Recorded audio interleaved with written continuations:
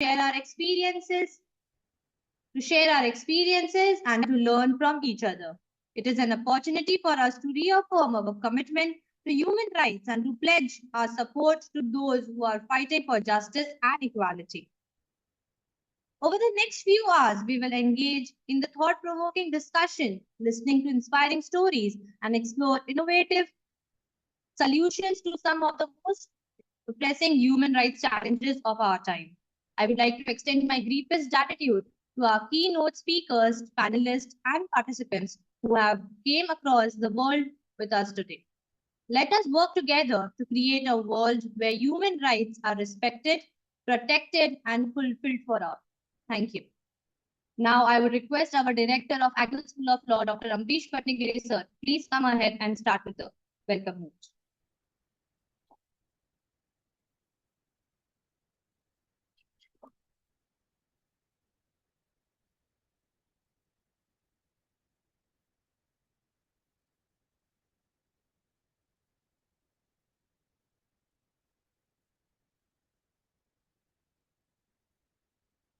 It is my privilege and honor on this 10th December, International Human Rights Day, to welcome our chief guest and our dignitaries. Especially, we welcome Dr. Rajeshwari Barade Madam, who is a legal scholar and at present, who is the head of the Department of the Law, University of Mumbai. We also welcome Dr. Swati, who was our head of the Department of Law in the University of Mumbai, who is also having a great depth knowledge about human rights. We especially welcome our Deputy Mayor of First Mayor London Municipal Corporation, Rani Madam, and especially welcome our chief guest, Dr. Karthikeyan, who is a well-known and renowned for leading the special investigation team that investigated the assassination for former Prime Minister Rajiv Gandhi. Ismat has already said, Professor Ismat has already said about the most valuable document which was been drafted and accepted by the United Nations of India in 1948. That is called Universal Declaration. In spite, this document was accepted by the UN in 1948. Still, we have a scenario in the worldwide where human rights are still being encroached upon. And the most important are fundamental rights. There are many nations where people are still living below the dignity. So today's day, in this conference, we have very well-known professors who are also going to present their papers and their talks. I encourage all my dear students who have participated in this to listen to every discussion which is taking place and develop an idea where our country stands as far as human rights are concerned. With these few words, I welcome all the delegates. Once again, all our guests, our dignitaries, especially the guest of honor and the chief guest. Thank you so much.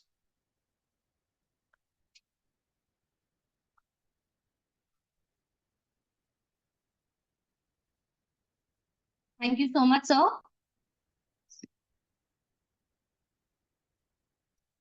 Okay, so first let's start with the paper presentation, abstract presentation by our principal, sir, Dr. Rajesh Anand.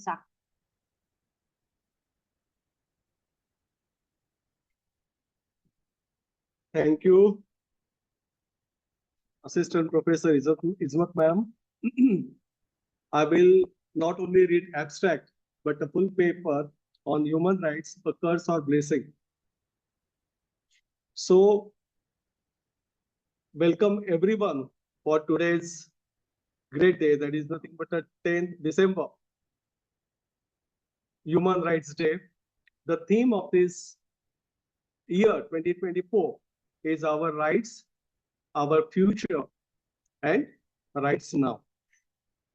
So first of all, while presenting a paper, abstract must be there. So abstract is human rights are integral to safeguarding human dignity and fostering equality.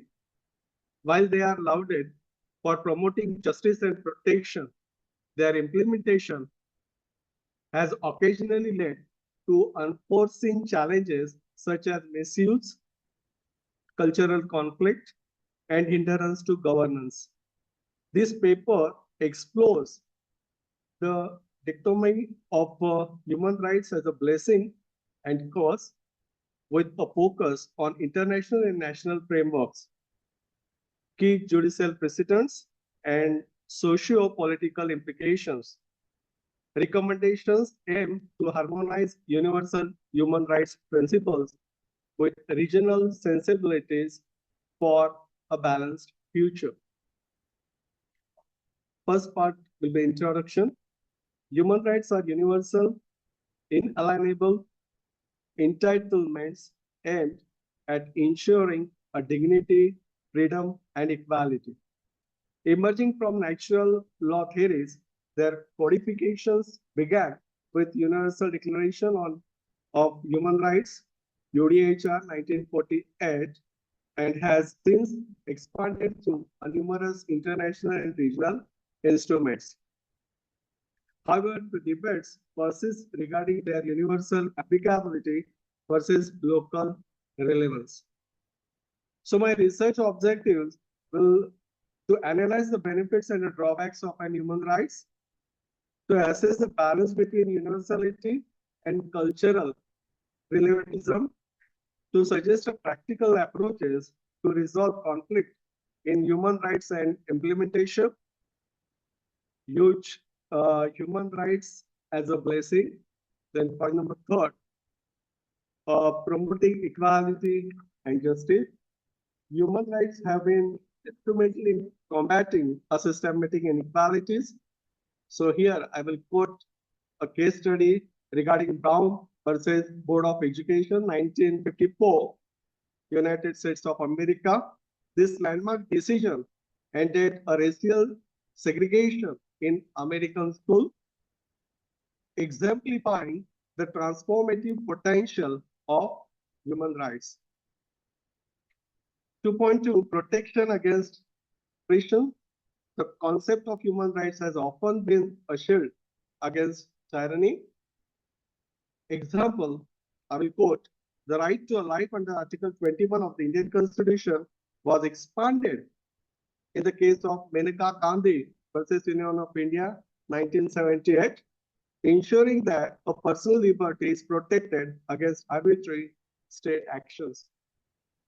2.3, advancing global peace and cooperation.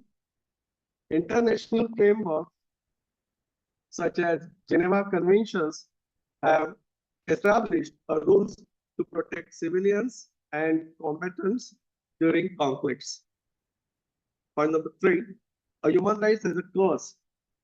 3.1, misuse and exploitation. Human rights are sometimes exploited for personal or political gains. Example, asylum abuse in Europe. Reports indicate that economic migrants often misuse asylum provisions meant for refugees, means prosecution, training resources, and public sentiments. 3.2, cultural and religious conflicts. Universal human rights often clash with the local traditions. Here I will quote a case study. In countries like Saudi Arabia, the push for gender equality and freedom of expression has faced resistance due to religious norms. 3.3, hindrance to a governance. The Judicial of policies under the use of human rights can stall a governance. Example, in Puttaswamy versus Union of India, 2017, the Supreme Court of India declared the right to privacy as a fundamental right, leading to a stringent data protecting laws that created a compliance challenges for business. Point number 4, judicial analysis. Cases 4.1, cases supporting a human rights as a blessing. Keshavananda Bharati versus State of Kerala, 1973. In India, Supreme Court upheld the basic structure doctrine protecting the constitutional democracy. Second case is Vishaka versus State of Rajasthan, 1997. In India, addressed to sexual harassment at a workplace by laying down Vishaka guidelines. 4.2, cases highlighting the human rights as a cause. Suresh Kumar Kaushal versus NAS Foundation, 2013. In India, initially upheld section 377, criminalizing homosexuality and showcasing a judicial resistance to human rights violation. Point number 2, Employment Division versus Smith in 1990 in USA, limited religious freedoms in workplace policies, sparking a debate on balancing the rights with the governance. Point number 5, challenges in implementing human rights, a universalism versus cultural relativism. The universality of the rights often ignores the cultural context leading to conflicts. Example, the debate over the hijab ban in France highlights the tension between secularism and religious freedoms. 5.2, economic and political inequalities. Developing nations often lack the resources to enforce human rights, while developed nations politicize them for strategic gains. I will quote example, selective interventions in conflicts like Syria, then Ukraine, have drawn the criticism. 5.3, balancing individuals and collective rights. Rights like free speech often clash with national security or public morality. Here I will quote an example. Restrictions on hate speech under Article 19 of the Indian Constitution are justified to maintain public order. Point number 6, recommendations and way forward. 6.1, strengthening accountability mechanisms. Reforms global institutions like the United Nations Human Rights Council to ensure impartiality, establish regional human rights commissions for localized solutions. 6.2, educating stakeholders, promote the awareness of both rights and responsibilities to prevent misuse. Train officials on human rights, sensitive governance. 6.3, harmonizing universalism with the local sensibilities.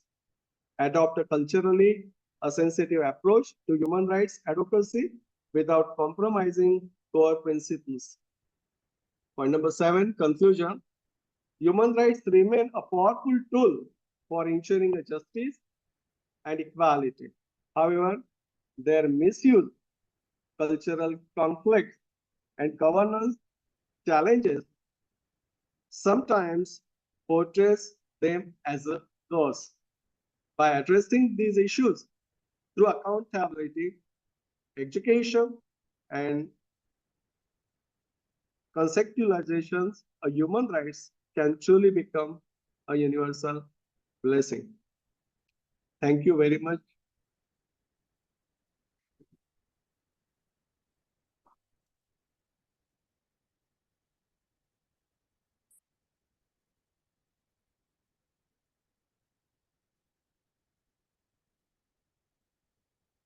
Thank you so much, sir. It was wonderfully, thoughtfully expressed how human rights is being cursed and how blessing it is for every one of us. Now I request Dr. Sarika Gupta to present her extract.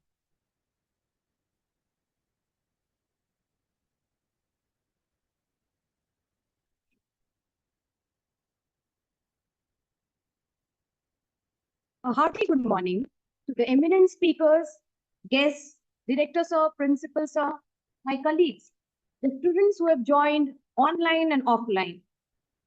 Myself, Advocate Dr. Sarika Gupta, introduces my topic, Problems Faced in the Implementation of Human Rights at Israel-Palestine Conflict. Human life is the most precious of all and is of paramount value. It requires quality, dignity, and fulfillment of human rights, surpassing life itself. Forced removals, institutionalized apartheid, resource constraints, and civilian casualties are all expressions of how basic human rights are being violated in the Israel-Palestine conflict. These issues need to be addressed to prompt just solutions that respect the human rights and the dignity of everyone involved. This all started from the civilization when human beings were nomadic tribes. They used to travel from one place to another and leave the land they were living at. But slowly, they started living at one place. And slowly, land became the property. It had immense value. And slowly, this value increased from not only monetary value, but prestige value. And states were formed. The main first of all this violation is ownership of this particular land. The land was free, but now we see that human beings are killed for lands. So this is the basic topic that we are discussing, how human rights can be violated for pieces of lands. We are not discussing who was right and who is not right, but how human life should be valued above all. So this is civilization from nomadic living progressed to permanent settlements. Therefore, it comes land ownership and land wrangles. The whole process has been foundation of all conflicts worldwide. One of them is the oldest one, and that is Israel-Palestine conflict. Israel is the only Jewish state in the world, surrounded by Eastern Mediterranean Sea. Palestine is neighborhood which ruled that land for long. It was purely a conceptual framework because the conflicts would not let us by side of states of Israel and Palestine, the two-state solution. Chapter 7 of UN describes that rule of law comes above all. So any war, any treaty cannot break the rule that is made, and that is protection of human rights. But then that is being violated by both the parties. As a stabilizer of long-standing peace, the global counterterrorism strategy under UN stresses this for rights even in wartime. The international devices, if followed, would promise fixed, inviolable rights together with long-term fixes of problems. For a peacemaking process based on equality and justice for the people living in that country is required so that dignity may return to the region that has sharply divided. Human rights are the essence of justice, equality, and dignity, and these fundamental freedoms and rights inherent in every human being. Such rights give an assurance about the access of life, liberty, security, and no discrimination. Such rights should be protected even more critically when wars break out, because this is the little fragment of humanity that live in a violent world of chaos. These values, however, have been continuously violated in the Israel-Palestine conflict. Violence arising from issues of territorial dispute, religious importance, and historical grievance led to mass displacement of an acute humanitarian crisis. While Israelis face constant security threats and random attacks for safety and stability, Palestinians suffer from the systemic marginalization regarding movement restriction, resource scarcity, and allegations. Such recurring abuses are collective punishment, excessive force and detention without trial, and all of which primarily target the civilian population. Such acts violate international humanitarian laws, making this war not just a war for territory and identity, but also cover the rights of human dignity. The solution to such problems will provide the building blocks for just peace. Now we would describe challenges in implementation of human rights at Israel and Hamas. What are the challenges that we've been facing? The political challenge is to implement human rights in the Israel-Palestine conflict, which is most significant one, and largely because of lack of political will. Political ambitions come before human rights in the leadership of both the parties, a fact that can be seen in the growth of Israeli settlements and the non-case to international condemnation. The Palestinian leadership cannot be able to have united rule and negotiate between divided Hamas, controlling Gaza and Fatah at the West Bank. The geopolitical disputes focusing on tensions between regional and world powers such as Russia, Iran, and US aggravate these problems. In spite, the other countries and United Nations should come together to stop all this and should focus on human rights and implementation of human rights. Their strategic partnership and proxy wars led military and political goals to give more preferences than the humanitarian goals of preventing and promotion of peace and observance of human rights. Further critical factor that allows these problems to be ongoing in the state sovereignty.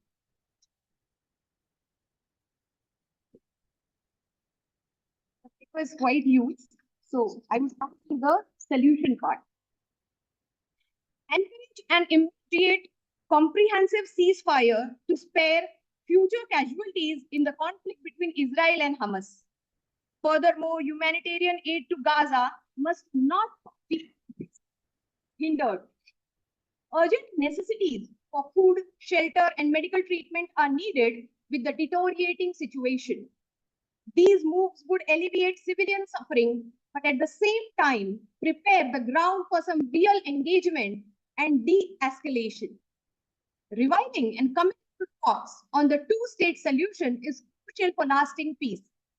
An agreement for mutually recognized and secured borders of Israel and its Palestinian state is critical for solving disputes over territories as well as for harmony both the parties. Alongside this, Israel needs to reorient its policies from curtailing settlements, construction within occupied territories to responding to allegations of human rights abuse. This would help endanger confidence among Palestinians towards the rest of the international world. Other significant elements include improved regional coordination. Work with neighbors and with third parties like Egypt, Jordan, and Qatar will help keep discussing the situation and alleviate tensions. More so, work must be done with UN bodies to bring out resolutions and distribution of aid and comply with humanitarian international laws. To expect acceptance of such approaches, the area can work on bringing a lasting and balanced resolution to the problem. Thank you so much.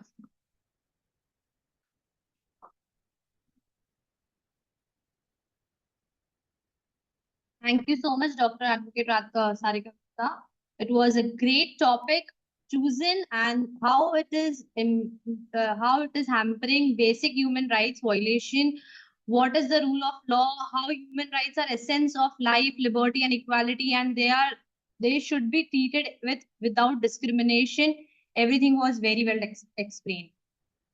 Now I request Assistant Professor Radhika Rodriguez to present her abstract.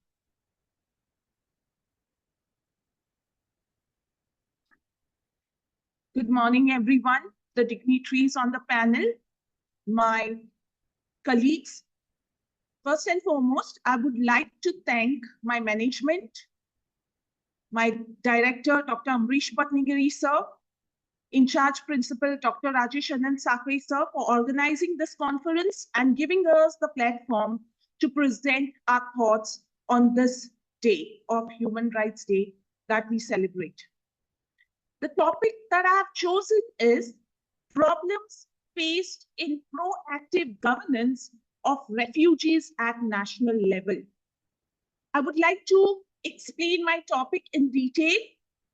The topic says that does India have the sufficient laws at a national level for proactive governance of refugees who come to India? It is a critical study and it deals with the challenges faced with the same. Looking at the abstract, India does not have a law on a national platform with respect to rights of refugee seekers. So refugees from neighboring countries who come to India, how are they governed? It's because of the principles of international law which them to seek asylum in India. If you have a look at Article 14.1 of Universal Declaration of Human Rights, which was adopted in 1948, guarantees the right to seek and be granted asylum in a foreign country. In accordance with this legislation, India grants asylum to refugees. Today, even the Constitution of India on numerous occasions reflects the ideals ingrained in Universal Declaration of Human Rights. Now, since the period of independence, India has been witnessing a huge influx of refugees and asylum seekers from various corners of the world. Even amid such influx, we have refugees coming to India, but India is still lacking a cogent framework of law to deal with issues of refugees and asylum seekers. Now, due to absence of uniform refugee laws in India at a national level and taking into account the political tactics, there is always the possibility of discrimination in the countries with the refugees that are living there. The protection of refugees is limited to the Indian government's ad hoc measures. Okay, so we just have the ad hoc measures that are implementing. Now, these measures only leave with minimal legal protection for the civil and political rights and practically no protection for their safety and welfare. Asylum is conceptually diverse and predates refugee status, but the two are often conflated. India has a right to grant asylum to persons who do not qualify for the refugee status. Now, this research paper of mine tries to focus on the areas where the existing laws at the national level are sufficient to deal with refugee population to allow proactive governance. My research objectives of this paper are analyze regulation and implementation of policies by the government and adherence to UNHCR and UNIDO, investigate, examine, and analyze the current situation, circumstances, problems, and difficulties encountered by refugees and asylum seekers in India with regard to human rights, examine the situation and problems of refugees, particularly in Indian context, and to investigate loopholes and provide suitable recommendations to determine the way forward. These are my research objectives. My hypothesis is, although the refugees and asylum seekers comprise a weaker section of the country, yet in India, there are no stringent laws addressing issues relating to education, health, and housing relating to refugees. The research methodology that I have used is through secondary data and in various verified and reputable journals, news websites, and web data of myriad governmental agencies. Looking at the historical background, India has been welcoming many groups of refugees from its neighboring countries including refugees from British India territories, which after independence are known as Pakistan and Bangladesh. India has also welcomed Tibetan refugees that arrived in 1959 and also provide asylum to large influx of Bangladeshi refugees after 1971. The Rohingya refugees were accepted from Myanmar. Asylum was granted by India to political leaders like Dalai Lama and Sheikh Hasina. So we are clear that India accepts refugees and asylum is granted. India, being the signatory of multiple international instruments of human rights and is persistently striving to fulfill its concerned obligation diligently in every area. We are not saying that India is not doing its job. I'm not at all making that statement. My statement is, does India have the laws at a national level to deal with the refugees? However, India is still lacking a cogent framework of law to deal with issues of refugees and asylum seekers. The United Nations High Commission for Refugees is the official UN refugee agency. That is the one through which one gets shelter. The UNHCR promotes countries' accession to the Refugee Convention and helps governments translate it into national laws. So whatever India is doing is, it is being a treaty to an international convention, okay? However, what we lack is to inculcate those laws at a national level. The treaty laws have to be inculcated in the domestic law once you are party to a treaty. Most of the problems faced by the asylum seekers are with respect to finding affordable housing. So I will stress now on the problems that are faced by the asylum seekers. First is finding an affordable housing, finding employment, language and communication barriers are faced by them, racism and discrimination, community attitudes, impact of disrupted education on schooling.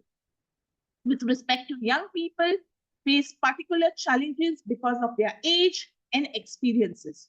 They carry the scars of war and displacement with them. Sometimes children are forced to flee alone. Refugees have limited access to mainstream services and support due to their legal status and the deteriorating protection environment. Moving on to my conclusion, I feel that yes, India does provide asylum, but the laws at the national level have to be so stringent to rectify all the problems which I have highlighted. Thank you.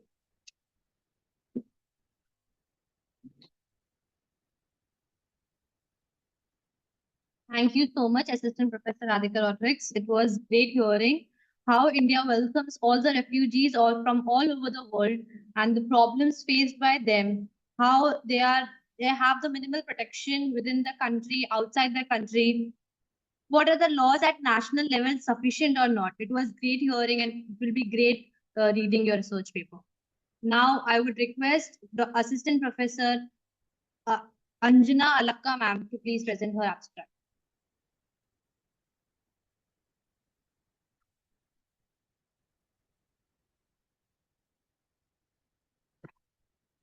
Thank you, Ismat ma'am. Good morning to the eminent guests, faculty members, and my dear students.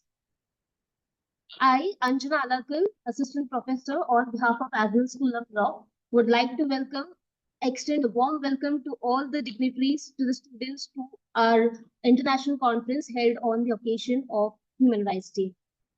So today, before I start, I would like to express my gratitude towards the management who has given us the wonderful opportunity to present my research paper.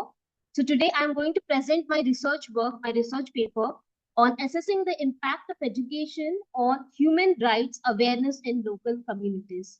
Assessing the impact of education on human rights awareness in local communities. So this topic holds immense relevance in promoting social justice and empowering underdeserved populations. So human rights are the basic rights and freedoms which every person, every individual around the globe deserves to have a dignified life. So human rights includes all fundamental freedoms and those rights which an individual can claim because he or she is a human.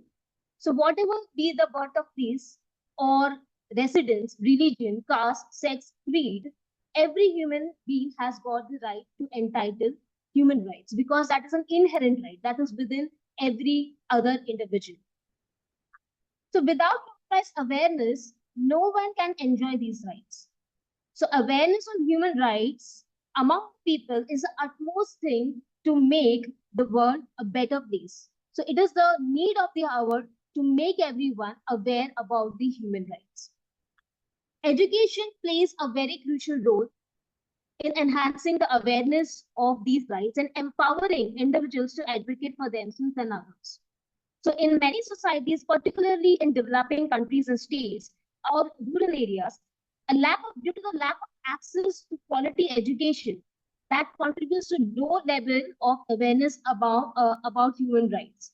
So this leaves back the individuals, they are vulnerable to abuses and exploitation. So today I present this paper with studies, which context, which is mainly to know whether education level influences the awareness of human rights among the local communities. That is assessing the impact of education on human rights awareness in local communities. So objectives of my papers are to evaluate the level of human rights awareness among residents with varying educational backgrounds. Second one is to analyze how different educational formats like formal schooling, adult education, community outreach affect human rights knowledge. Third one is explore barriers to human rights education in local communities. And fourth one is to provide recommendations for improving human rights education. So the challenges which I have faced while researching these papers are the limited access to education, diverse educational systems, resource constraints for education programs, measurement and evaluation difficulties. So moving towards the research methodology which I have employed is the data which I have collected is a primary data. And I have adopted a mixed method approach wherein I have collected primary data with a quantitative data as well. So this research paper is a quantitative research paper, which involves statistics and I have involved survey methods and questionnaire methods also. So quantitative data is collected by using following methods like the questionnaire methods. So I've created a sample of 250 people wherein I've circulated the Google Forms and where the different opinions from the different people were collected. And the technique which I have used is called as the simple random sampling method. So moving towards the hypothesis. So hypothesis is basically an assumption used. It is an assumption made to test a specific relationship between two variables. So here we have two variables. That is, one is the level of education and second one is the awareness of human rights. So these are the two variables. So I have applied a hypothesis. Two hypotheses are determined wherein hypothesis one, which is called as null hypothesis, that there is no significant relationship between the level of education and awareness of human rights. So there are two variables, level of education and awareness of human rights. So hypothesis one is that there is no significant relationship between the level of education and the awareness of human rights. Hypothesis two is called as alternative hypothesis, where there is a significant relationship between the level of education and the awareness of human rights. So these are the two hypotheses. One is the null hypothesis, second one is the alternative hypothesis. So moving towards the data analysis, as I have collected the data from 290 people across different states and belonging from rural areas as well. I have included the questionnaire method also, wherein I had asked a lot of other questions, like, for example, have you heard about the term human rights? If yes, where did you first learn about human rights? On a scale of 1 to 3, how well do you feel you understand your human rights? So according to this data, this is a data analysis technique where I have collected the statistics of the opinions of people which I have collected around 290 from 290 persons. And the next one is hypothesis testing. As I mentioned earlier, there were two hypotheses. One is null hypothesis, another one is the alternative hypothesis. So now I have applied few statistical formulas in order to test whether it supports null hypothesis or alternative hypothesis. So here I have adopted chi-square technique wherein I had collected the frequency, observed frequency data and expected frequency data. Since this is a statistical method, I will move to the conclusion part, which hypothesis was proved. So accordingly, the total chi-square value was 73.12 and interpretation was 15.51, which means that the chi-square value is much larger than the typical critical value. If the chi-square value is larger than the critical value, which means that null hypothesis will be rejected. So as per the study, as per the statistical study, I have concluded that null hypothesis was rejected, which means that the fact that there is no significant relevance between awareness of human rights and educational level is wrong. So this study has proved that null hypothesis was rejected and it has concluded that there is a significant relevance with the level of education and awareness of human rights. So the more the level of education would be, the more the awareness among the about the human rights will be there among the people. So these are the findings and conclusions where that education is a critical stage or human rights awareness, yet significant gaps remain, particularly among disadvantaged groups. Key factors include socio-economic status, access to information, and quality of education program. Marginalized groups, particularly women and minorities, exhibited lower level of awareness due to systematic barriers. Summary of the key findings are: the analysis reveals a strong correlation between educational attainment and awareness of rights, human rights. So the participants with tertiary education demonstrated significantly higher awareness compared to those with only primary education. So this is the summary of my findings. And the factors influencing the awareness levels are interpretation of findings. The findings underscore the transformative potential of education in enhancing human rights awareness. However, they also highlight structural inequalities that limit access to education for marginalized communities as well. So the implications, few suggestions and recommendations are regarding the policy makers that development should be made and few more policies should be implemented that mandate the human right education to all at all level of schooling. That is the first recommendation. Second one is that integrate practical and context specific human rights lessons into the curriculum of the students. Third one is civil society, organize workshop and outreach programs to raise awareness in the under-reserved areas. So I would like to acknowledge the sources and scholarly works that informed and supported this study. I've taken references from the scholarly works. And this was a conclusion which I have derived from my research work, that there is a significant relevance between, there is a relation between the level of education and the awareness of human rights in the local communities. So I hope this presentation has highlighted the critical role the education plays in fostering human rights awareness. Thank you so much.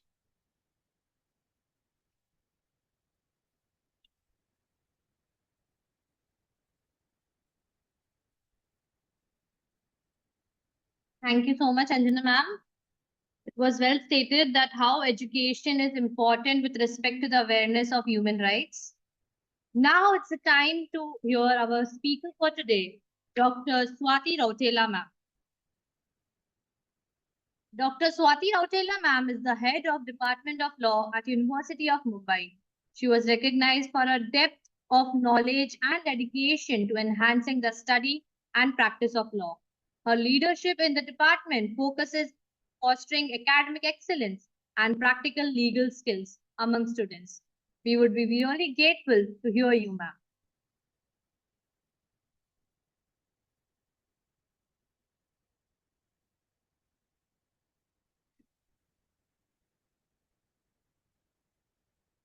Requesting Dr. Rawat, ma'am, please begin.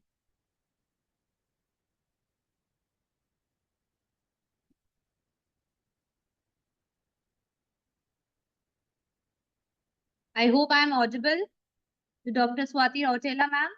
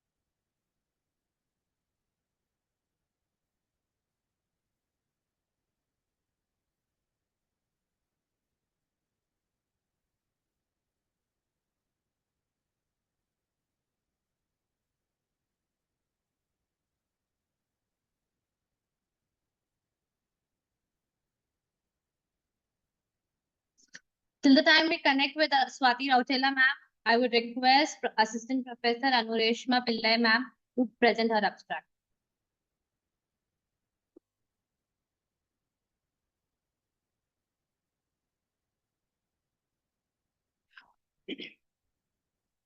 Good morning, one and all.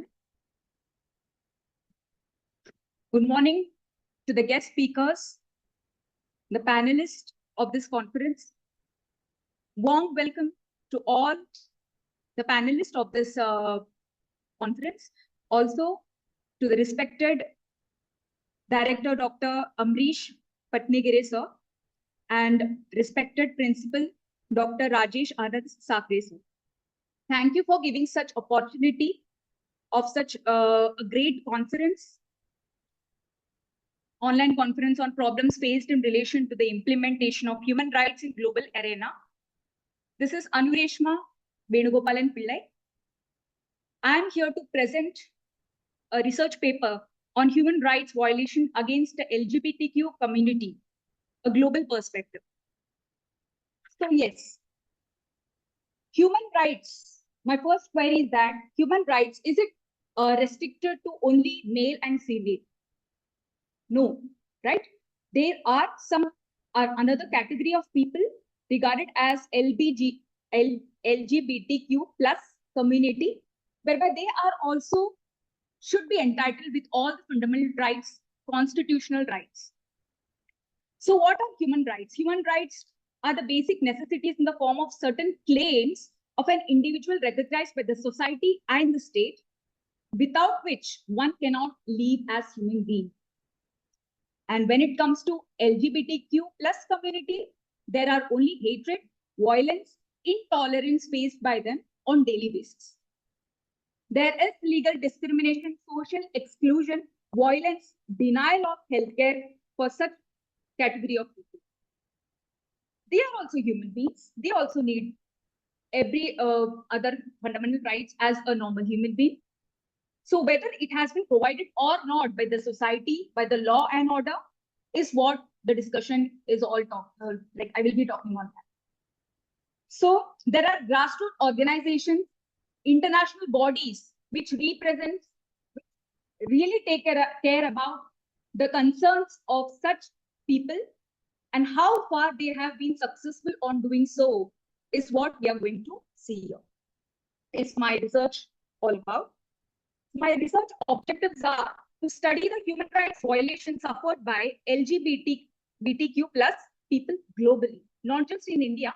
We have globally, I have analyzed what are the violations taking place. The second objective is that to study the issues and challenges faced by the LGBTQ people, especially due to digital activism. And what is digital activism? Activism is the cyberbullying which is being done on these people.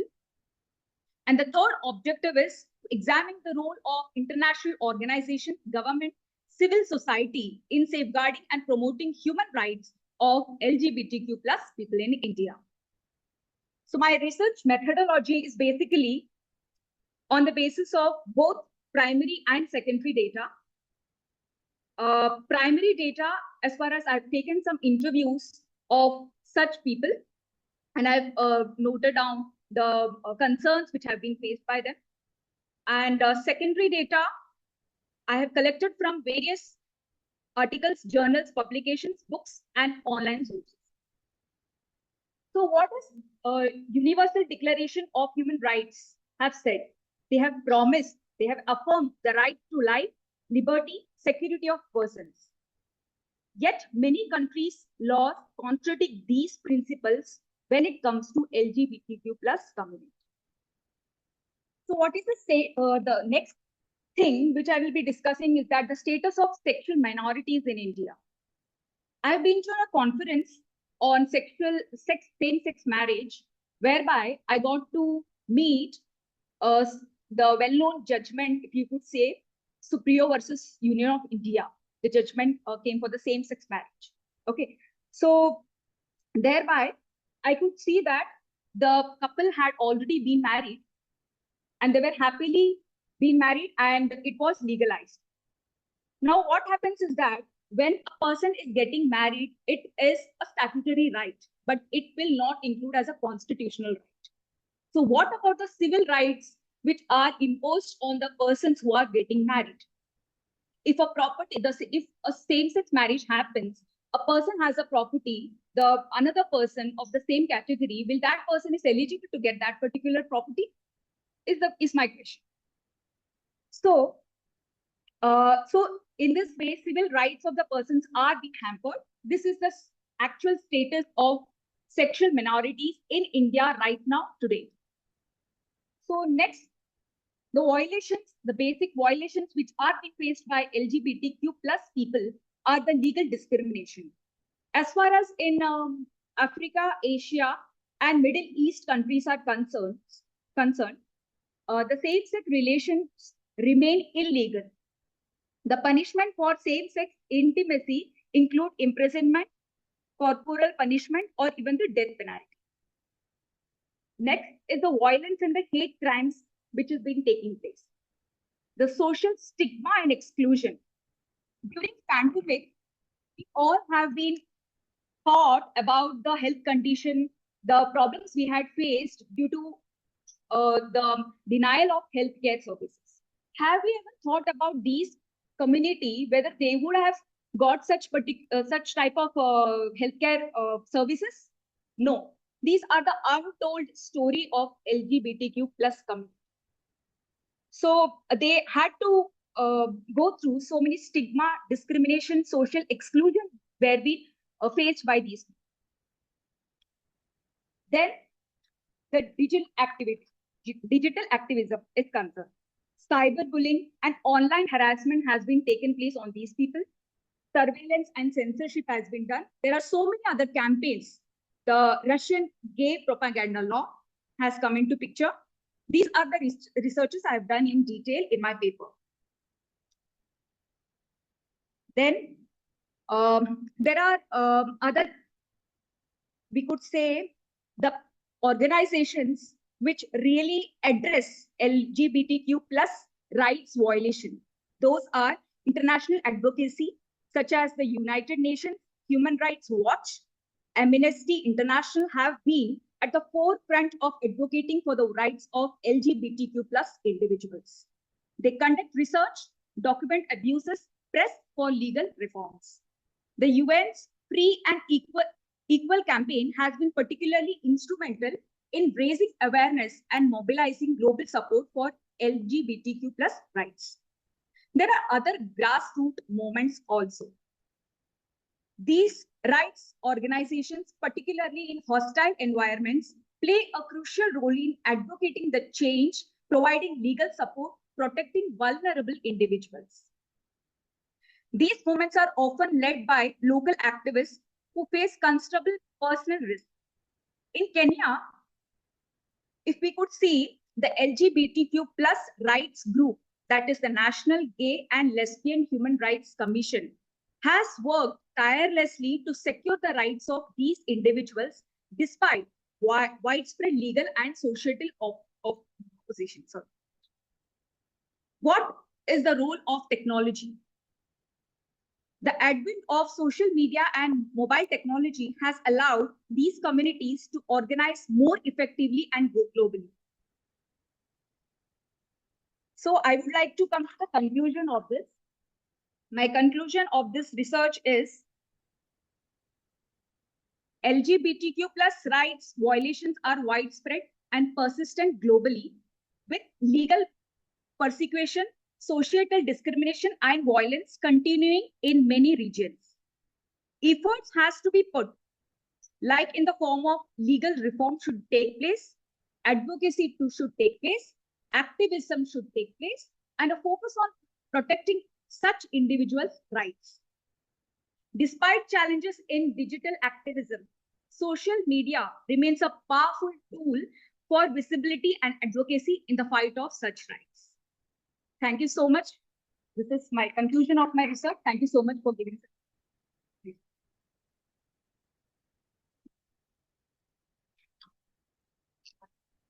Thank you so much, Professor Anureshma ma'am. It was very well explained how human rights are in relation with LGBTQ community. Now it's the time to hear one of the guests, Vaishali Borade ma'am. She is the principal of Barasaheb Thackeray Law College. Ma'am, are you with me?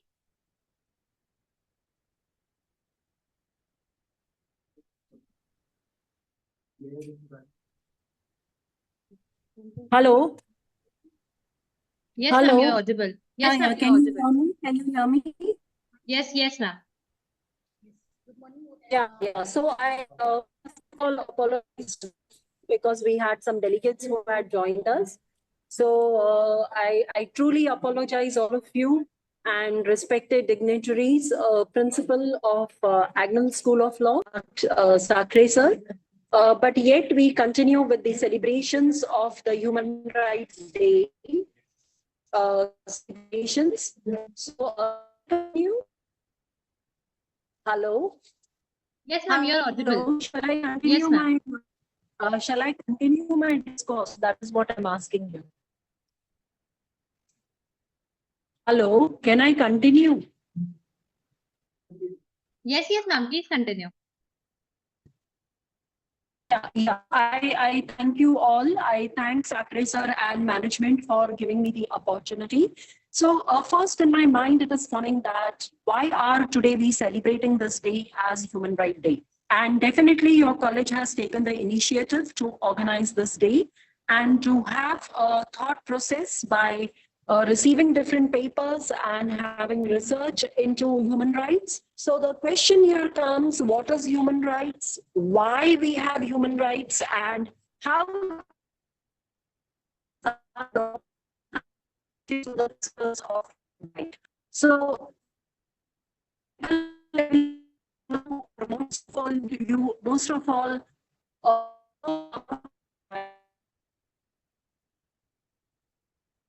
rights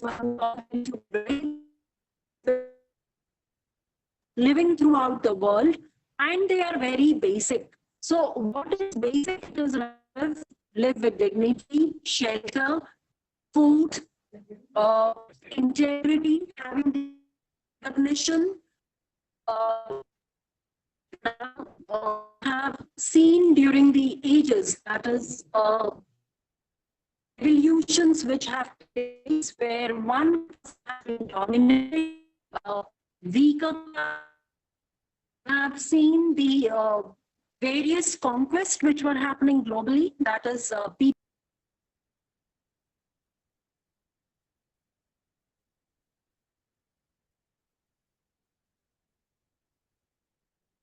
Ma'am, are you there with us?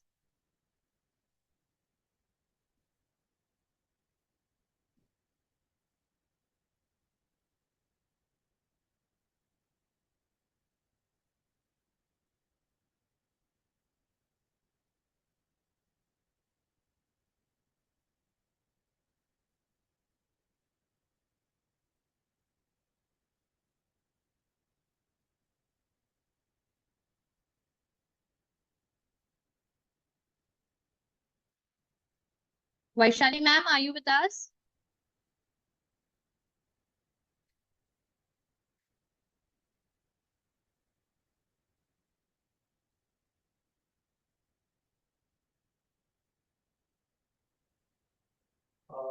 Yes, ma'am is here. Ma'am, you are on mute.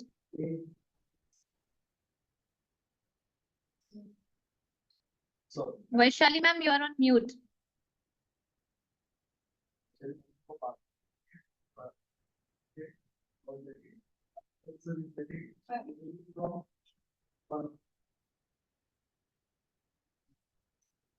Okay, I feel there is some interruptions from Vaishali Varade ma'am's side.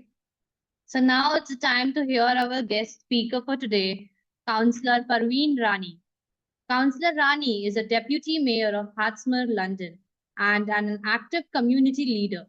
Her work spans public service and community engagement, particularly in promoting equality and social.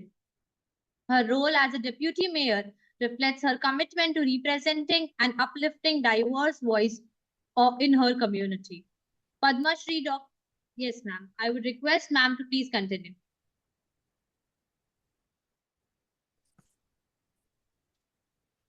Is it for me? Yes, ma'am. Parveen ma'am, yes. Okay. Good morning, dear students, scholars, and esteemed guests. It is a great honor to join you today at 5:45 a.m. from London.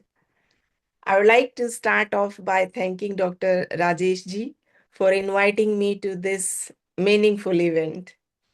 Human Rights Day is not just a day of celebration, it's a day of reflection and action, a time for us to reaffirm our commitment to the universal values of dignity, equality, and freedom that unite us all. These principles Hello, are the hello, foundation of fairness, justice. hello. Hello, hello. Swati ma'am, now we have Parveen ma'am speaking. These principles are the foundation of fair. Am I audible? Yes, ma'am. Yes, you are. Okay. These principles are the foundation of fairness, justice, and peace in the world. Human rights are not abstract ideas. They are the basic freedoms and protections that allow all of us to live with dignity. They belong to everyone, no matter our race, religion, nationality, or gender. These rights include fundamental needs like the right to life, education, freedom of speech, and protection from harm. When these rights are upheld, societies thrive. When they are ignored or violated, the impact is destructive, not just for individuals, but for entire communities and nations. Human Rights Day marks the adoption of the Universal Declaration of Human Rights by the United Nations General Assembly in 1948. This historic document was created in the aftermath of World War II, a time when the world came together to ensure that the horrors of that war would never be repeated. Eleanor Roosevelt, who was a key figure in drafting the UDHR famously said, "Where after all do universal human rights begin? In small places close to home." Her words remind us that human rights are not just the responsibility of governments or global organizations. They start with each of us in our daily lives. Today, as we reflect on the progress we have made, we must also recognize the challenge that remain. Around the world, millions of people are denied their basic rights due to poverty, war, discrimination, and inequality. Even in modern societies, issues like racism, gender inequality, and economic disparities continue. New challenges such as the misuse of technology and climate change threaten to undermine human rights in ways we have never faced before. Closer to home, these challenges can still be felt. While we are fortunate to live in a society where human rights are protected, we must remain vigilant. There are still those in our communities who face barriers to education, healthcare, and equal opportunities. As member of this society, it is our shared responsibility to ensure that these barriers are removed. Education is one of the most powerful tools we have to promote human rights. By teaching young people about their rights and responsibilities, we empower them to stand up against injustice and inequality. Schools and universities like Angel School of Law play a crucial role in fostering understanding and respect for diversity, which are essential to building a fair and inclusive society. To the students here today, you are the future. The values you learn now will shape the world you create tomorrow. But awareness alone is not enough. Awareness must lead to action, whether it is standing up against bullying, supporting a friend in need, or volunteering in your community. Every small action matters. As individuals, we may feel that our contributions are small, but collectively, they create powerful change. For example, in the fight against climate change, a human right issue in itself, millions of people around the world are working together to demand action from governments and businesses. This shows, this shows us that even the biggest challenges can be tackled when we stand together. As Deputy Mayor of Hartsmere, I have had the privilege of meeting many people and organizations working tirelessly to protect human rights and support those in need. From food banks, helping vulnerable families to community groups, promoting mental health awareness, I have seen firsthand how collective efforts can make a real difference.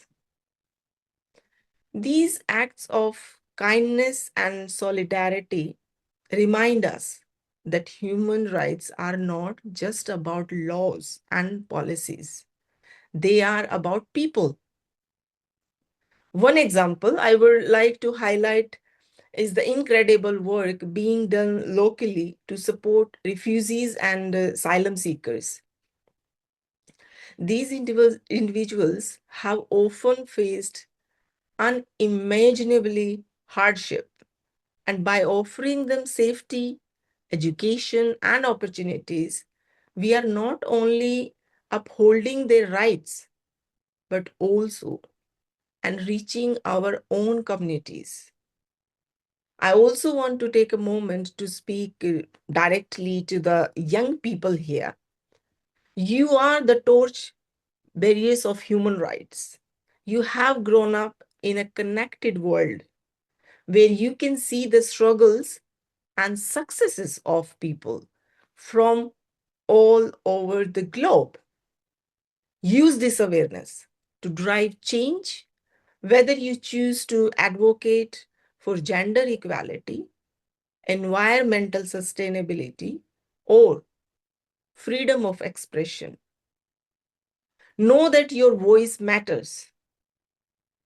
Social media and technology have given you powerful tools to spread awareness and mobilize support for cause you believe in. So, what can we all do to make human rights a living reality? First, educate yourself and others. Understand the rights protected under the Universal Declaration of Human Rights. Share this knowledge with your friends, family, and community. Second, speak up when you see injustice. Even small acts of courage can inspire others to take action.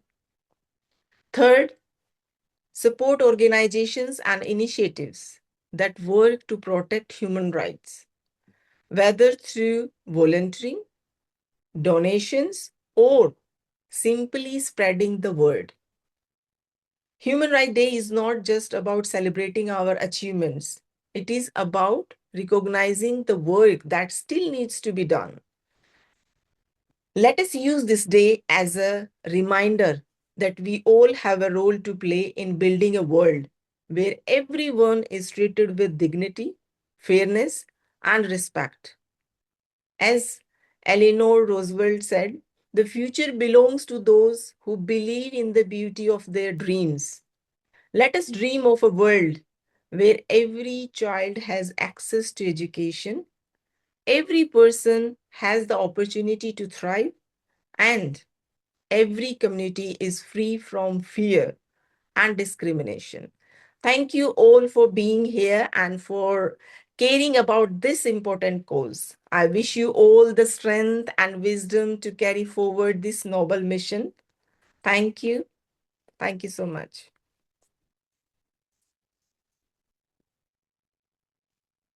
Thank you so much, Parveen ma'am. It was really great hearing you.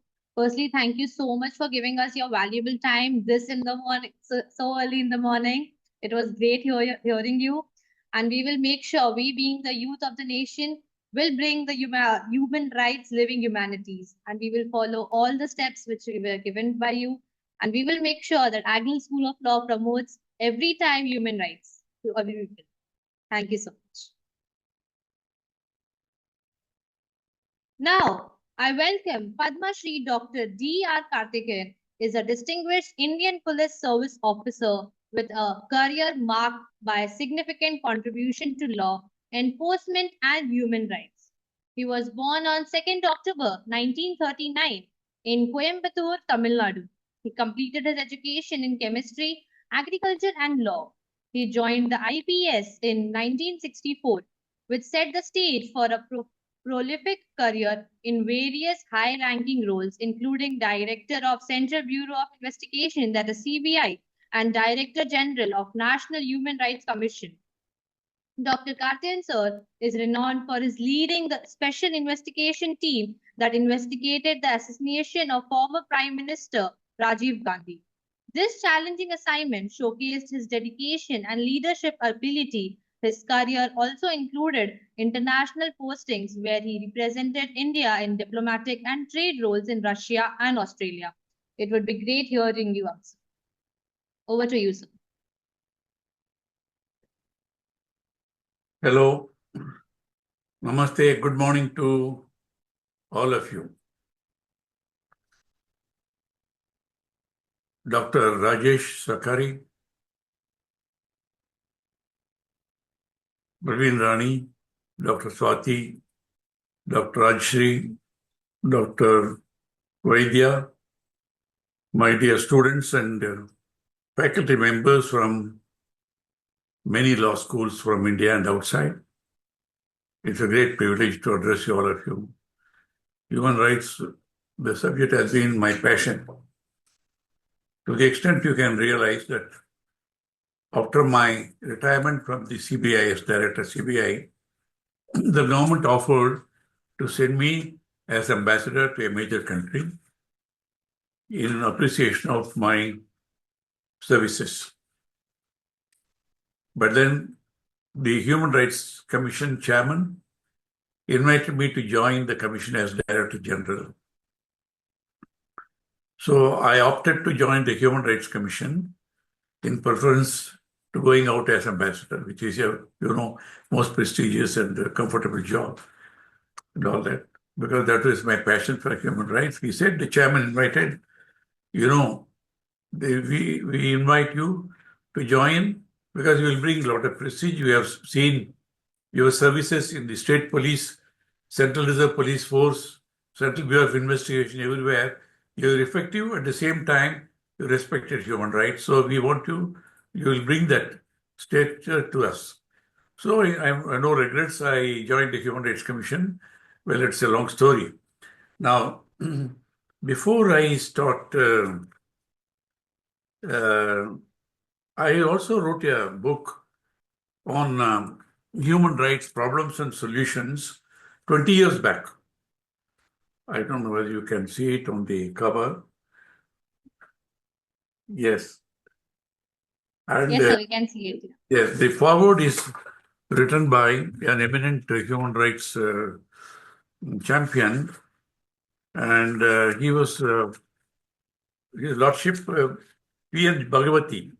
He was former Chief Justice of India, also Chairman of the Union Human Rights Committee, and Chancellor of many universities. I'll just read one paragraph from him. Today, he's talking about 20 years back. I don't know whether the situation is very much different today or not. We just now heard these eminent speakers talking about this war and all that now. What's happening today? Where are we? First World War, Second World War, Human Rights Commission, tribunals. And last couple of years, so much of killing going on, senseless killing going on. Well, armed forces, they say either they will kill or get killed. But what about the poor women and children? They have nothing to do with this. Being massacred every day. And the whole world is watching helplessly. What have all these institutions and all have helped? Even today? Yes, there are peace committee meetings and all that, but what happens? Each declare their point of view and they say blaming the others and go back. Little solution.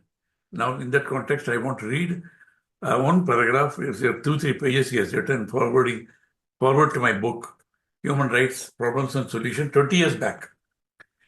I quote, today more than ever before, there is increasing awareness of the need for realization of human rights by the large masses of people living in different parts of the world, and particularly developing countries.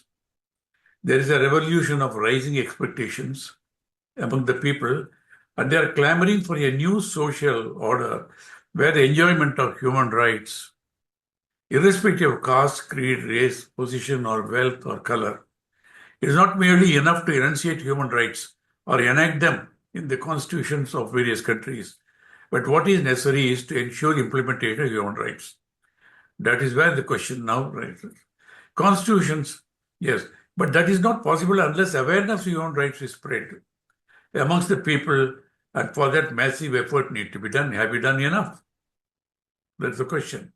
He said, I therefore welcome this book on human rights, problems and solutions, written and produced by Mr. D.R. Karthikeyan, as it will go a long way towards promoting human rights awareness amongst the people. This book deals with the subject of human rights as they pertain to India but it also deals generally with human rights applicable to the world at large.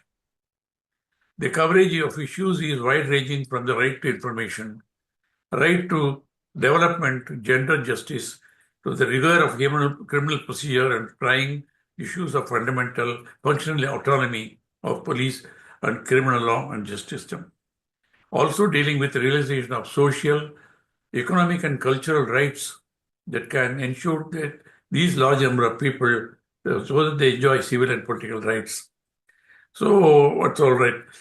Dealing with the right to development, because the realization of civil and political rights, as well as economic, social, and cultural rights, is not possible without proper all-round development.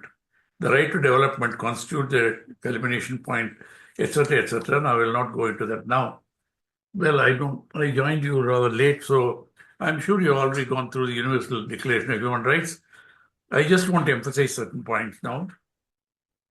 Inherent dignity and of the equal and inalienable rights of all members of the human family all over the world. Disregard and contempt for human rights have resulted in barbarous acts which have outraged the conscience of the mankind, and what is happening even today. In fact, those days the wars were fought with bows and arrows and swords, so the damage they could do was then 1 million people were killed, all in the name of fighting for peace, defending God, religion, and all that now. But today, with more weapons of mass destruction, the damages can be enormous. If ultimately someone chooses to use the nuclear weapons, either by accident or intention, you can't say they won't do it. They have done it earlier. You know what happened in Hiroshima, Nagasaki. And today, the weapons are much more destructive capacity. There's a competition among the world powers to create more and more of destructive. Which country can create weapons which have more destructive capacity? They want to kill more and more million people.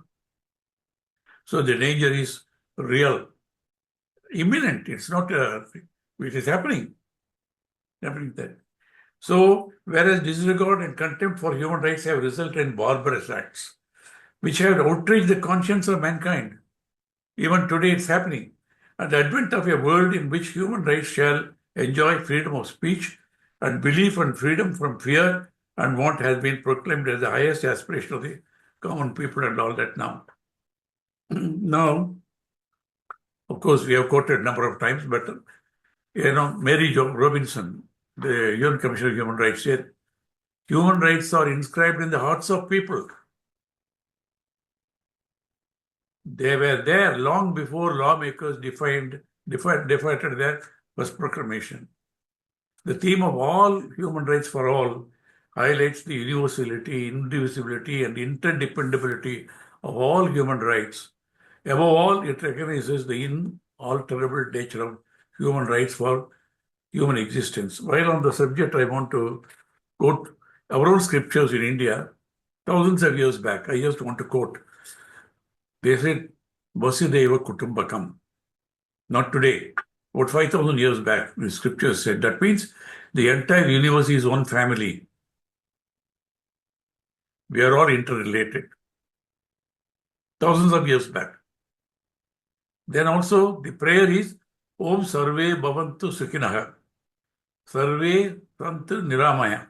Sarve Bhadrani Pashyantu Ma Kaschit Dukkhavagini Bhavat.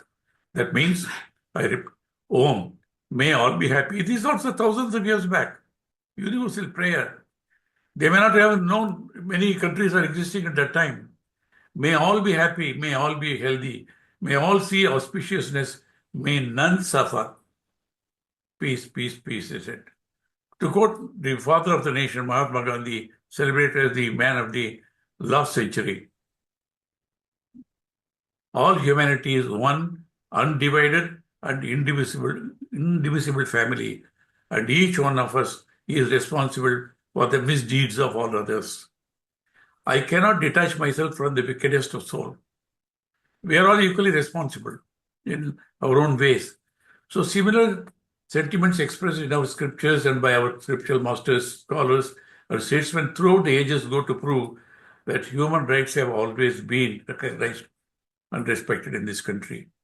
Now, most of these wrongs are being committed, as I mentioned to you, in the name of fighting for peace, fighting for God, defending God and religion. Which God said you kill others to defend me? These are all not only foolishness, selfishness, to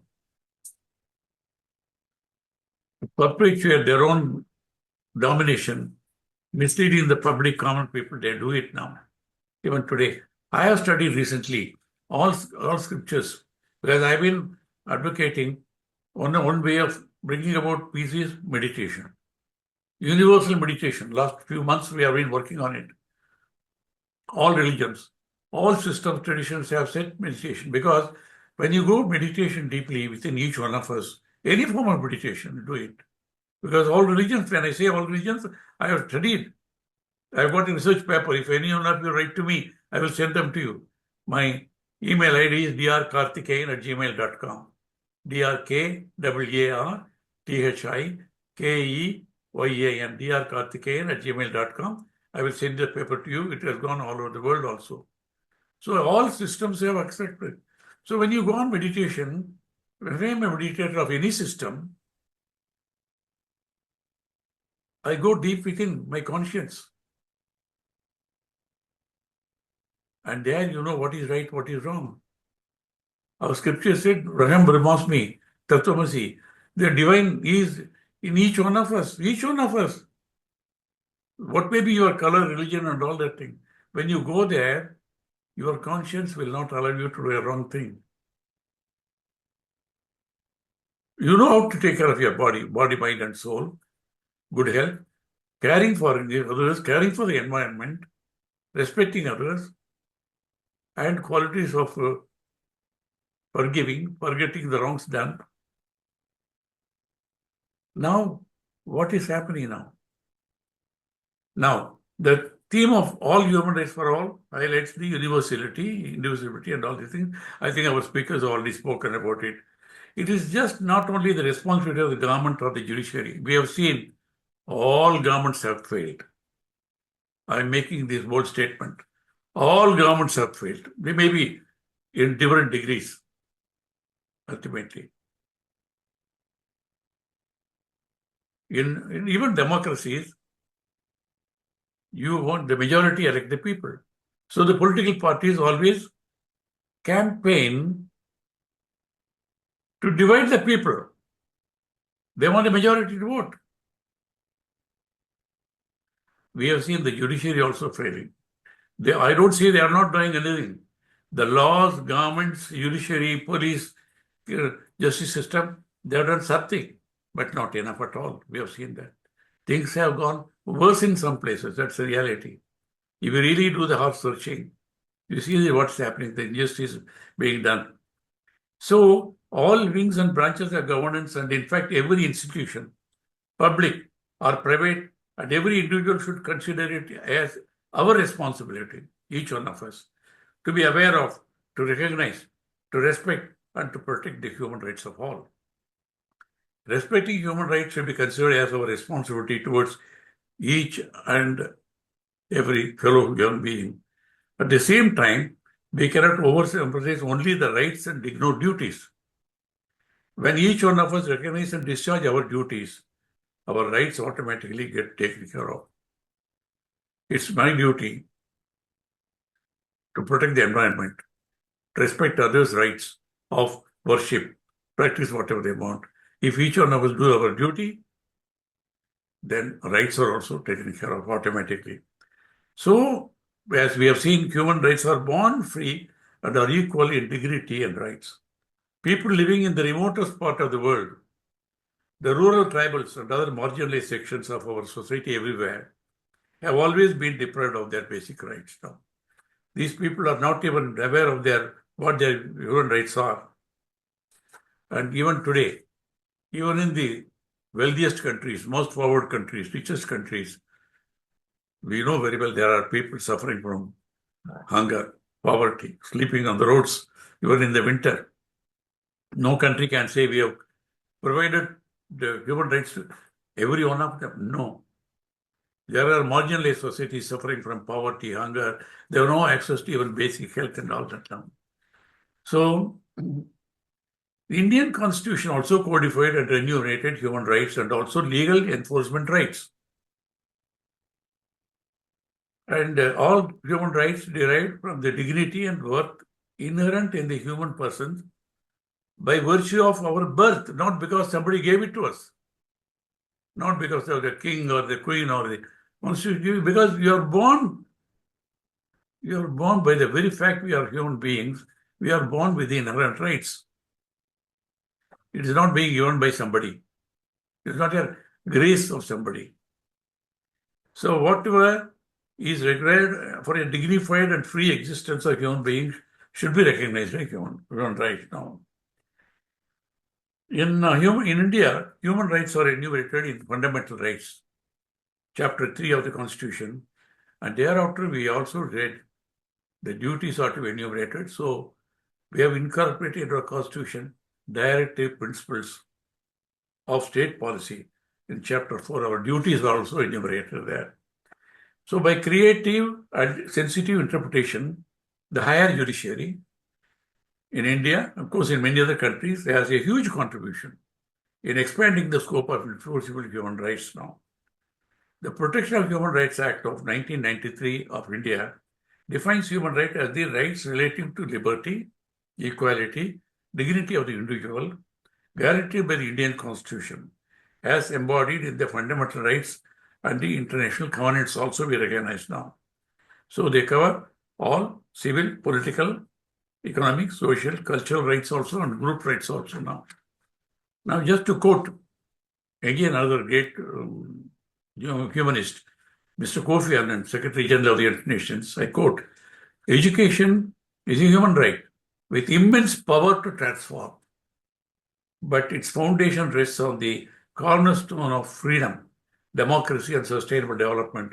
Education alone has empowered people now. You know very well, in the history of every nation, America, here also, born in the poorest of the families, marginalized societies, tribals, but because they had the opportunity of education, they could come up, became great scientists, great leaders, great judges, great lawyers. So education. We also say that, Annadana, that is giving food to a starving person, is very important. Vidyadana, that is giving education to the poorest of poor, is another thing. Now we added another that now is Dhyanadana. Impart this power of Vidyana, meditation to everyone. That is the greatest thing. Once you do it, you know what is right, what is wrong, you know how to take care of your health, how to take care of others, take care of environment and all that. Thank God, the World United Nations is accepted. 31st December is going to be accepted as World Meditation Day. One of our dreams, we have been working on that. 21st June became World Yoga Day. We have been working for that for a long time. It was only our Prime Minister, Mr. Modi, went and addressed the UN Yoga Day. It is, of course, gift of India, but nothing to do with religion. It's beyond religion. Yoga means what? Take care of your health. Simple exercises. They are adopted. Ultimately, we have been last 10 years, we have been doing it. But the important component of yoga includes not only Hatha Yoga, that is exercise, it includes dhyana meditation. So now we have been fighting for it. I'm reading a movement on that thing. Unfortunately, I find even before we have been, the World UN has recognized this as World Day, World Day. I want to spend a few minutes on that now. You have the time? You have the time for me? Still time for me? Okay. It's simple technology. In Islam, Christianity, all religions, all traditions, even before religions were born, and much later in various religions and all that. See, I'm a believer in what is the purpose of my life is harmony of religions. Why? Because all wars have been fought ultimately in the name of religion, sectarianism. Future wars, they are going to want, ultimately you will base it to religion because you follow different religions, whatever may be the pretense now. I said, unless you accept universality of religion, because all religions preach the same way values. No religious master, religion said, kill others or change others. Basically, universal human values you are accepted are, as I mentioned to you, to have righteous living, righteous thoughts, respecting yourself, your family, all the others also as human beings now. Everybody has the right to live here. The universe has been so generous. You don't have to exploit each other to live. But see what's happening. Wild animals kill when they are hungry. They don't keep killing people and giving. Here, what is human being doing? Exploiting. More than what is necessary. Do you want to dominate? You don't mind what is the damage being done to others now and all that. So, if you become truly religious person, every religion, respect others, you can, there is enough plenty. As Mahatma Gandhi said, there is enough for everyone, but not there is enough even for one person's greed. It is the greed and selfishness and telling others they have no right to it. I am a follower of religion. I have been to Kailas Mansarovar, holiest for three religions, Hinduism, Buddhism, Jainism, and also the new religion, Baha'i religion. I have been to Israel, Jerusalem, 3 times. Holiest for 80-90% of the population, Christianity, Judaism, and for Islam also. Holy Mosque is there, Mosque on the Rock. Till Mecca, Medina came, all the Muslims spread towards that. I gone to all mosques, I gone to churches. Everywhere you can sit in peace and meditate. They never said destroy others. No. If you are truly religious, there is no way you can hate others. If you believe in your religion, the same God has created everybody. You mean to say that God is imperfect? You want to go to change it? You mean to say if the same divine has created, you want to kill others? If you are truly religious, you have to respect everybody. That's why I say, go to the level of meditation, deep one of us. I can give you many, many simple tasks. You don't have to. You become your own divine. Or is what it says, divine is within one of us. What Jesus said, God made man in his own image. Then how can you kill the man? If he said he was created. So, ladies and gentlemen, I want to tell you, let us take it. If we want to really save humanity from self-destruction, we are going on the path of self-destruction. I'm not creating any fear. I'm telling you what is happening today. Global warming, climate crisis, floods in New York, floods in Dubai. Can you believe all this? All sorts of untimely rains and drought. Now in parts of Africa, people are so starving so much, they say, okay, kill your elephants and yak and, imagine what a situation we are having. At this rate, your children and grandchildren have to be grateful to this generation. Because we all create wealth, we all create comforts and all that. The whole world is a family, a village today. You can see from all parts of the world, we can talk to each other and all that. Medicine advanced. All parts of the spare parts are available for all parts of the body. Glaciers melting so fast, seawater level is so high, many island nations are going to be destroyed. You can't stop it, even if you stop all the global warming now, because the damage we've already done. Many island nations will get submerged. It's a reality. Science is going to say that. Global coastal cities are going to be flooded. Our grandchildren will not have enough clean water to drink, clean air to breathe. They may not have even good, clean food. Pollution, chemical fertilizers. So with all these things, what is the remedy? It's each one of us hands. It's not only, unless we spread this message, each Dalai Lama, globally, he said if every 8-year-old children can be taught, can practice meditation, we can get peace in the world in a generation. Long way off. But should we not make the first step? Yes, it's a long way off. But 1,000-mile journey starts with a first step. If we are responsible for our future generation, our own generations now, let us go into this simple technology of meditation, because then we can create good leaders, conscientious leaders, not leaders who want to fight election to get to power. Some of them are good at trying to do it, but then because of the nature of the government, they have to divide the people and ask for votes.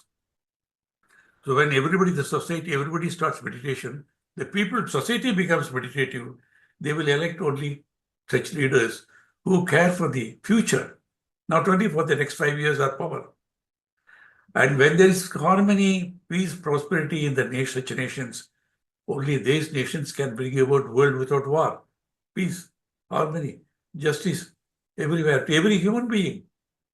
There is no question of somebody starving in some parts of Africa and my living comfortably. No, you can't. Either everybody is living in peace or nobody is going to live in peace. It's a question of time. Okay, how can we do it? You have all heard about Mother Teresa, the noble lady, the angel. In Calcutta, streets of Calcutta in India, there were lots of children being abandoned, all that was there.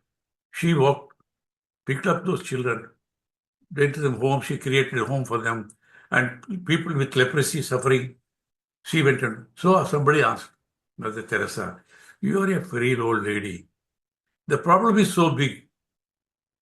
The problem is so big, you can't do anything about it. She said, yes, the problem is so big. I cannot do everything. That doesn't mean I should do nothing. I will continue to do whatever little I can. And many followed. Still the problem is there. Still there. So much of starvation is all going on. So, ladies and gentlemen, what I say is, let us not say, oh, because it is too big, I can't do anything about it. Each one of us can act. It's our responsibility. To our own conscience, whatever may be your religion, your race, color, form of government you are doing it and all that, let us commit ourselves to spread. Each one of us can change. With self-transformation, only the global transformation take place. It may take time, but let us begin first. Now I'm going to stop. I will not talk more on the human rights issue. I think you have spoken enough. You're all well educated, particularly the responsibility on the part of the lawyers, law graduates. I was a lawyer myself, as I told you. I practiced law. Then I joined the Indian Police Service. Thereafter, I've been in fighting insurgency and all that. Then on the invitation of the Human Rights Commission, I joined as a Director General of Human Rights in preference to going as ambassador is a job, because I'm committed to it now. I work towards the environment. Unless I plant, we are destroying the environment, so the nature will have its own revenge on us now. There's lots of things we can keep talking. I don't think I've exceeded my time. Thank you very much. I congratulate all of you who have organized this, particularly Dr. Dr. Rajesh Sakare, and all of you, ladies and gentlemen. Thank you. Such a joy. Thank you very much. God bless you. Let us hope we'll get a better world tomorrow. Thank you. Thank you so much, sir. It was really inspiring and really motivating, all the quotes you stated. And we will make sure to make a better today, to make a better tomorrow, for sure. Thank you so much.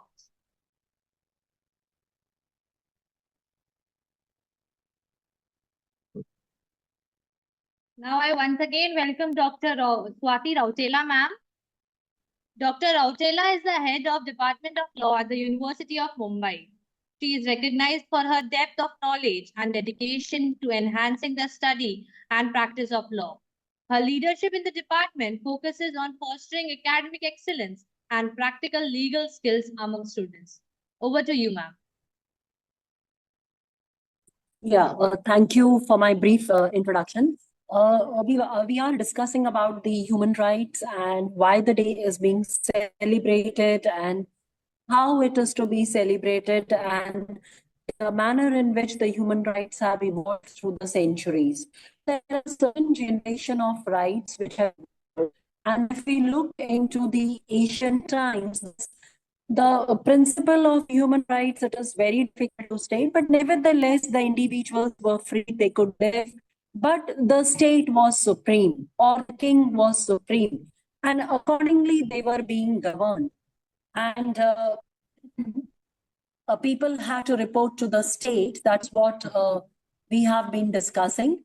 And eventually, when you're coming in the centuries, that is the 16th and 12th century, where the first generation of human rights are evolving, and they evolve with the philosophies where the definition of state is coming into existence. So there is a state which is going to take care of people. People are surrendering. And theories which were being propounded by Locke and Rousseau, and they are evolving and developing human rights. And this basically is a fight against the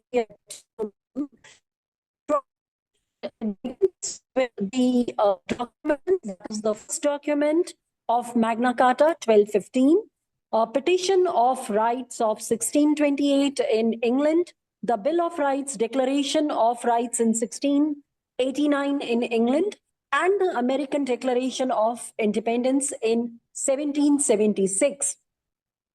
We have also seen during these monarchical systems the brutally harassed the right themselves.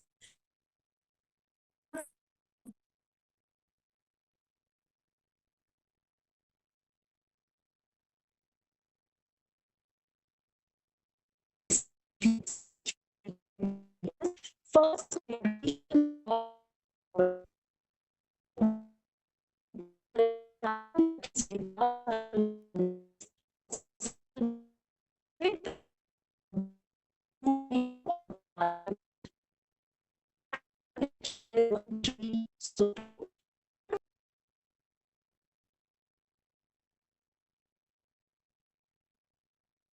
Ma'am, you are not audible to us. Kindly there are certain principles of individuality, declaration, and the rights and the principles which have been recognized. It is the inalienable rights which are as fundamental rights.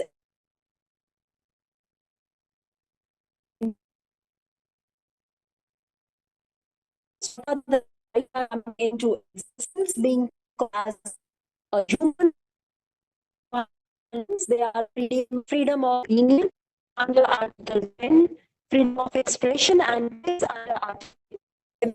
Personal ownership, Article 17, the right of personal security in to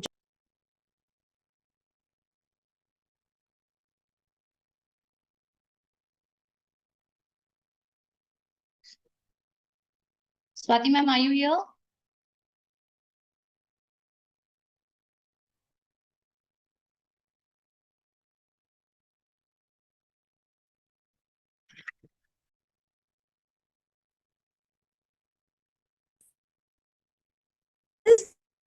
the first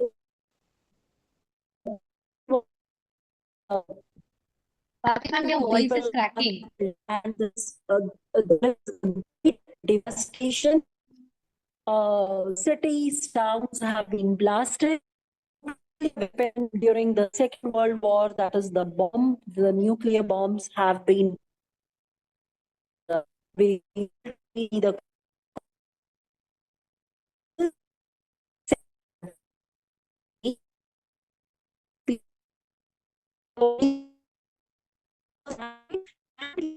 international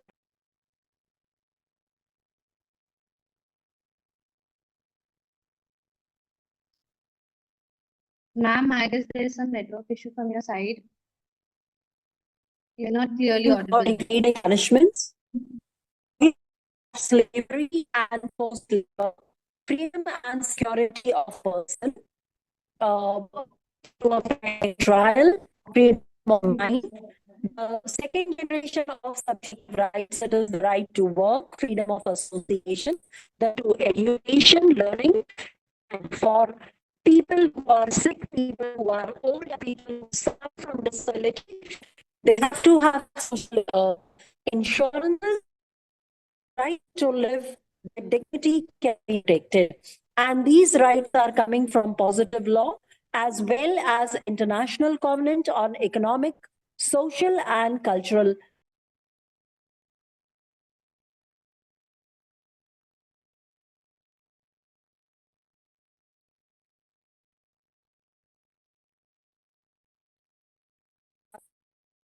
And establishes you rights under social security, pension, and medical services. Now, the third generation of human rights, they have evolved.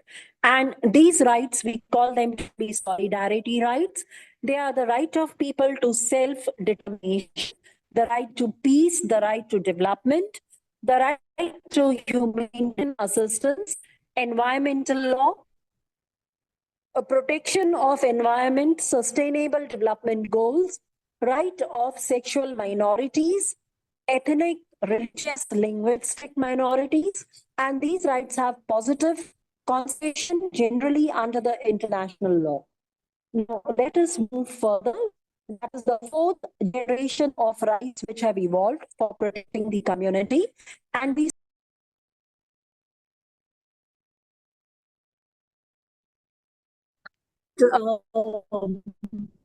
and children can be born with infertility treatment. Genetics play a huge role, and there is genetic modification of people, there is cloning, and to protect people from all these transformations and also to protect the human genome, genetic manipulations, IVF experimentations with the human embryo, euthanasia, eugenic activities. They are very, very complicated and having lot of legal and ethical moral issues. So we have the European Council to a relation between genetic engineering of human beings and also to have a right, that is the right to life and dignity. Now, human beings are to be protected, and UNESCO Declaration of Human Genome has been made in the year 1997, which is trying to protect and to stipulate the compulsoriness of international communities to protect the human genome, stipulating the obligation of state to defend the people and their dignity, irrespective of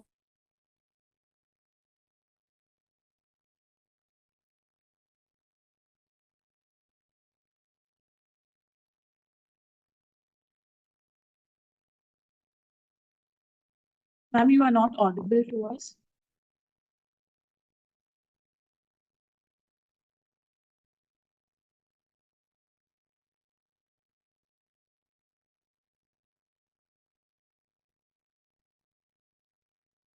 Ma'am, I guess there is some network issue in your side.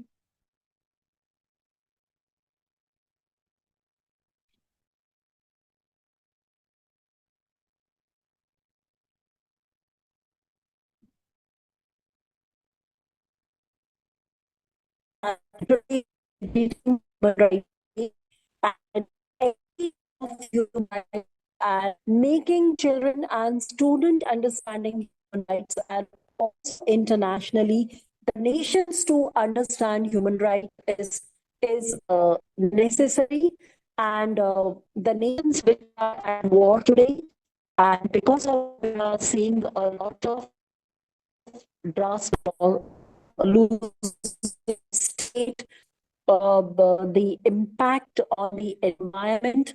Maybe we may have some more international meetings with the states and new human rights will be evolved where the rights of the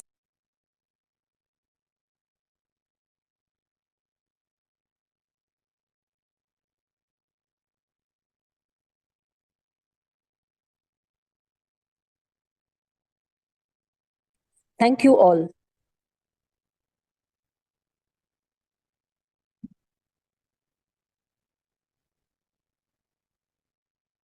Thank you so much for speaking, ma'am.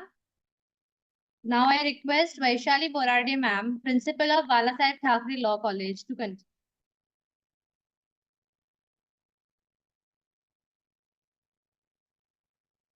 Vaishali Borade, ma'am.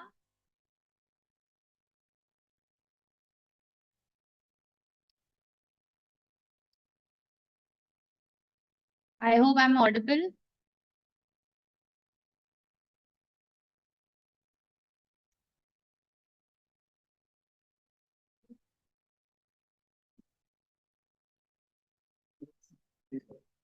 Okay. I request Prija Bhoer, ma'am, to please continue. Assistant Professor at Balasaheb Thackeray Law College.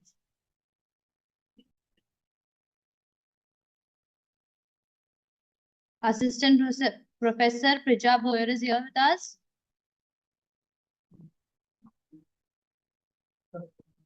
The paper presentation.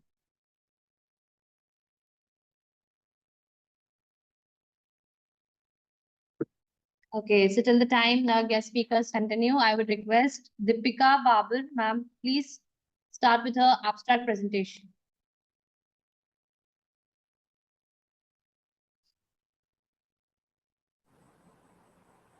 Hello. Yes, ma'am. Am You I may please audible? continue. Yes, ma'am, you are audible.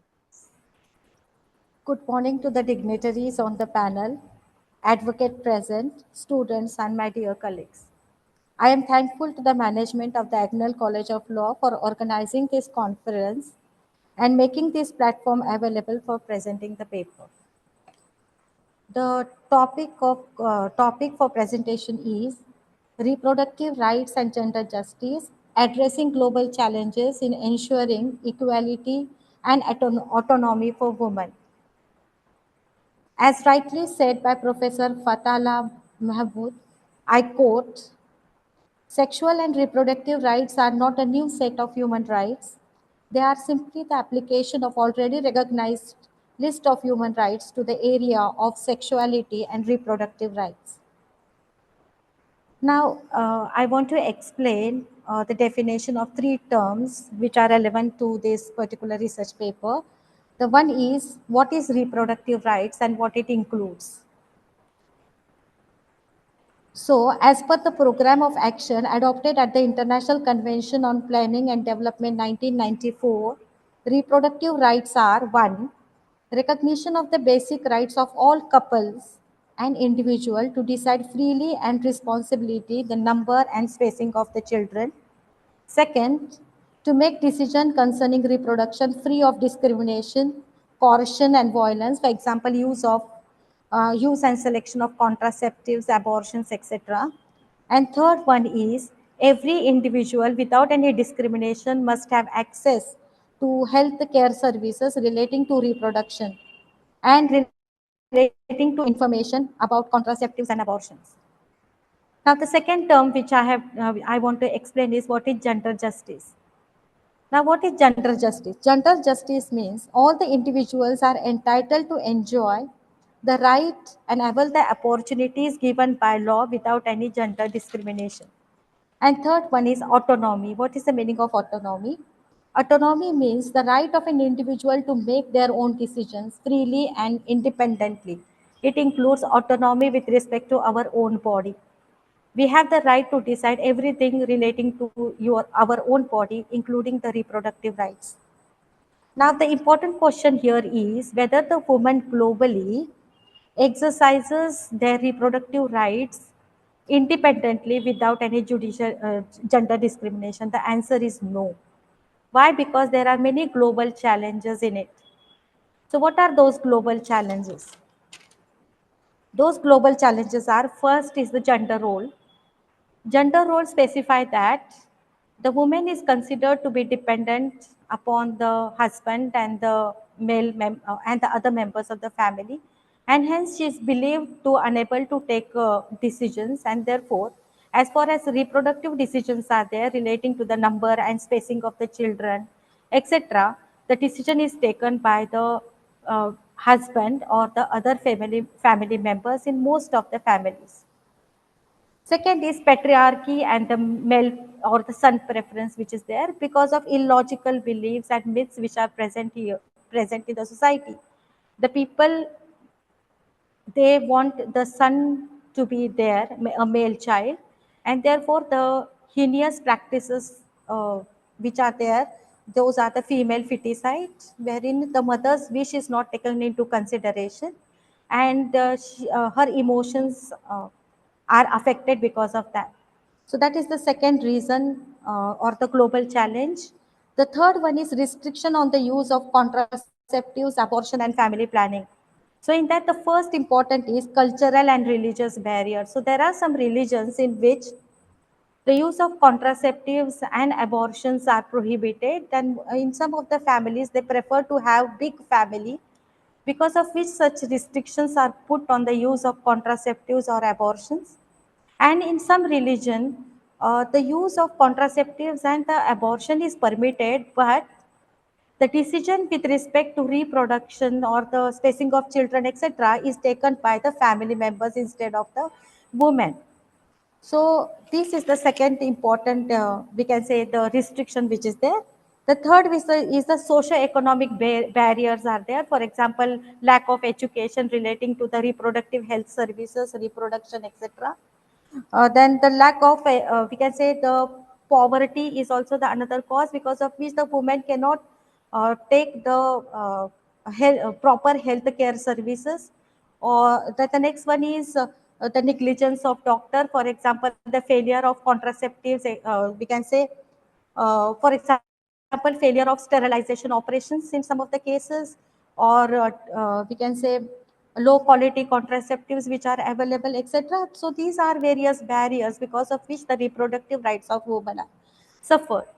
Then there are various national and international conventions which protects the reproductive right of women. So for example, we have UDHR, ICCPR, ICESCR, and CRC, which protects the right of the reproductive right of the women. Uh, then we have the constitutional provisions and the other Indian laws. For example, we have the constitutional provisions like Article 14 and Article 15, which serves as a foundation for protecting women's reproductive rights. We have Article 15. Then we have right to life and personal liberty under Article 21, which then we have Article 42, which mandates the state to provide fair and human condition for maternity relief. Then we have the other act, like we have the Medical Termination of Pregnancy Act, the PCPNDT Act, then we have the Surrogacy Act, which protects the reproductive rights of the woman. Then the judiciary has also played the important role in protecting the reproductive rights of the women. The first and the foremost case which I like to quote is uh, Justice K.S. Puttaswamy and others versus Union of India and others. In this case, the judge bench unanimously upheld the right to privacy as a fundamental right under the Constitution of India. The court ruled that privacy is essential to the freedom protected by fundamental rights and is a core element of dignity, autonomy, and liberty. Now, the second case which I want to quote is the landmark decision of US Supreme Court in Roe versus Wade in 1973, wherein in US, the right to abortion was given without any limitations, and which affected the the health of the woman. Finally, in the case Dobbs versus Jackson Women's Health Organization, which was decided in 2022, the court ruled that the Constitution does not guarantee a right to abortion, stating that abortion was not deeply rooted in the nation's history and tradition. It would be allowed according to the rules set by law. Then we have Other cases, one more case I will like to quote is AS versus Hungary. This decision established that sterilizing a woman without her full and truly informed consent is a violation of her basic human rights. It marks the first time that an international human rights tribunal was held a government accountable for failing to provide necessary information to a woman to enable her to give informed consent to a reproductive health related medical procedures. So these are some of the important cases which the Supreme Court have decided to protect and given the bold decision to protect the rights of the reproductive rights of the women. Now my suggestion and recommendation are, in short, I will tell. First Sorry is, to hello. huh? Yes, ma'am. Sorry to interrupt, but time is over. Okay, fine. Thank you. Thank you so much. It was really nice hearing your concept of how human rights are equivalent for women's protection as well, women's right as well. Thank you so much.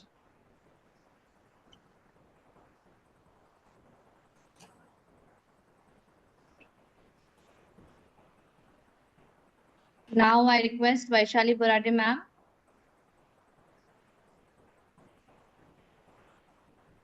Vaishali Borade ma'am, are you?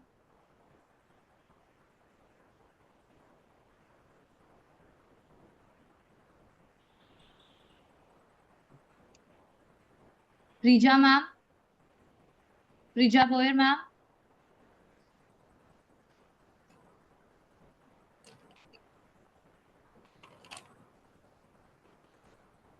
Okay.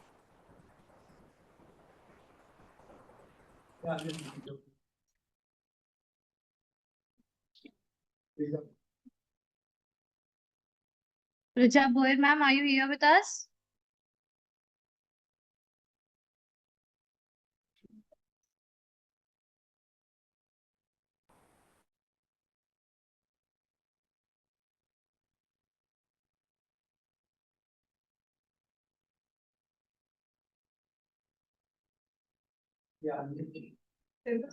Ma'am, you have to unmute yourself.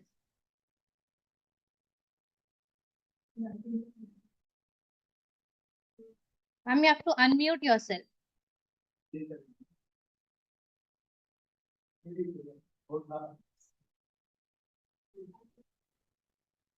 Good afternoon, everyone. Good afternoon, ma'am. Thank you for giving me this opportunity. My topic is human rights and rule of law as the foundation of Ram Rajya.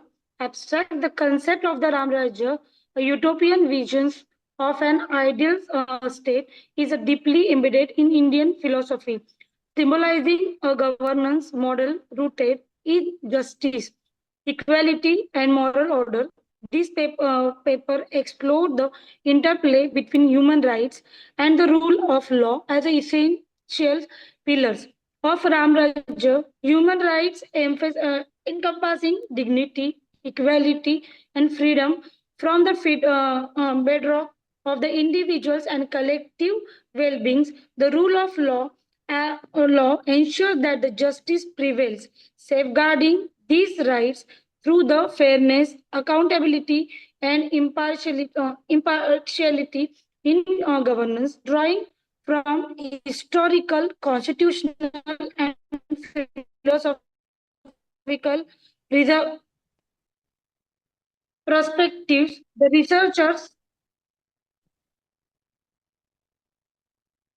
researchers examine how modern legal framework align with the principle of Ram Rajya, the Indian Constitution with its emphasizing as a fundamental rights, directive principle, and equality before the law, reflected the ethos of the Ram Rajya.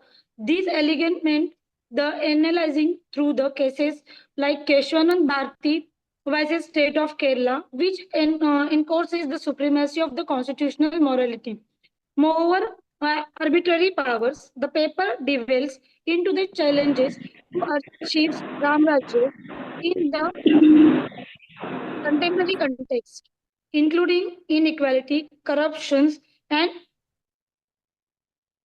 human rights violations It's highlighting the role of judicial, civil society, and the international human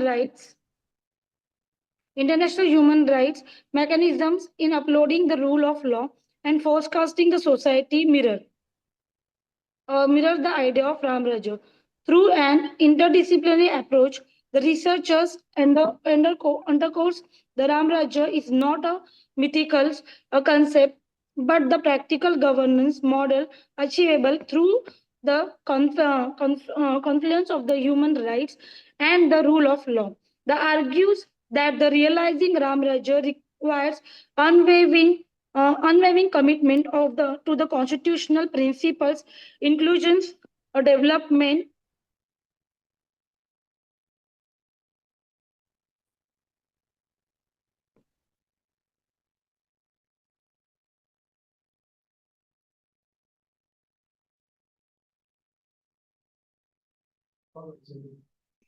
Vaishali Bordi, ma'am, are you here?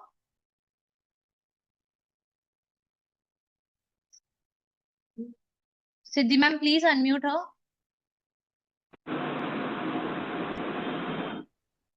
Hello. We have with us Vaishali Borade, ma'am, again, principal of Balasaheb Thackeray Law College.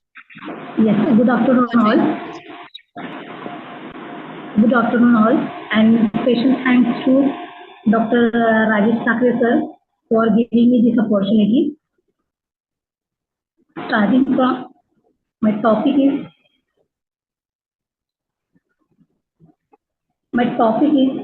for this paper presentation is human rights and today's world challenges and prospects. Starting from my extract, human rights entry in international and domestic legal framework form the cornerstone of human dignity and equality. However, in today's complex global landscape, these rights face unprecedented challenges due to political, social, economic, and technological disruption. This paper critically examines the evolving nature of human rights in the contemporary world, focusing on issues such as the impact of digital technology, the rise of authorization regimes, global economic disparities, and climate change. It evaluates the effectiveness of existing international mechanisms such as the Universal Declaration of Human Rights and regional treaties. In addressing these challenges,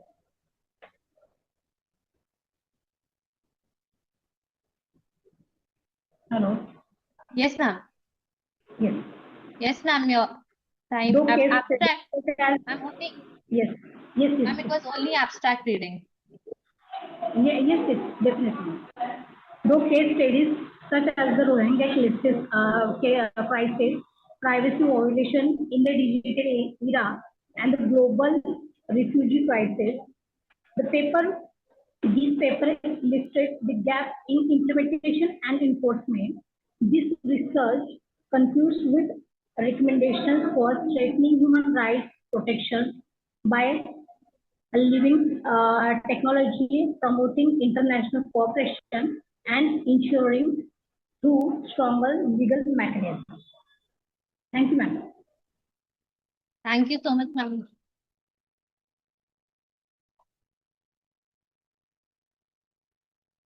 Thank you so much, ma'am, for giving your paper, abstract of the paper. As we conclude this international conference on human rights, we reflect on powerful discussion, inspiring stories, and innovative solutions shared by our past to us. We reaffirm our commitment to upholding the universal value of human dignity, equality, and justice. We recognize the process made, acknowledge the challenge ahead, and pledge to continue advocating for the rights and marginalized and valuables and oppressed. We express gratitude to our keynote speakers, panelists, and participants for their valuable insights and contribution. We appreciate the organizers, volunteers, and partners for their tireless efforts. As we depart, we carry with us a renewed sense of purpose and responsibility. Let us translate our words into actions, our ideas into impact, and our passion into progress. Together, we can create a world where human rights are respected, protected, and fulfilled for all. I, Ismat Sheikh, take a leave now, and I would request Dr. Rajesh Anand Sakre continue with vote of thanks. Thank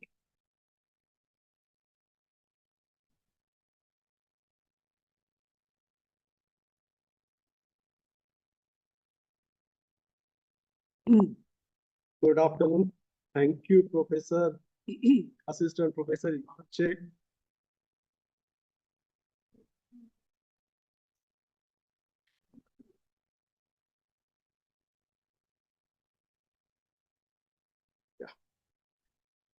Very good afternoon, everyone.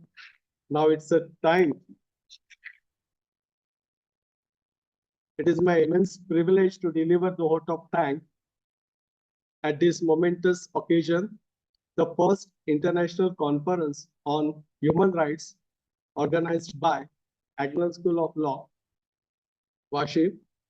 This event has been confluence of ideas, perspectives, and thought-provoking discussions about pressing challenges in implementing human rights in the global arena.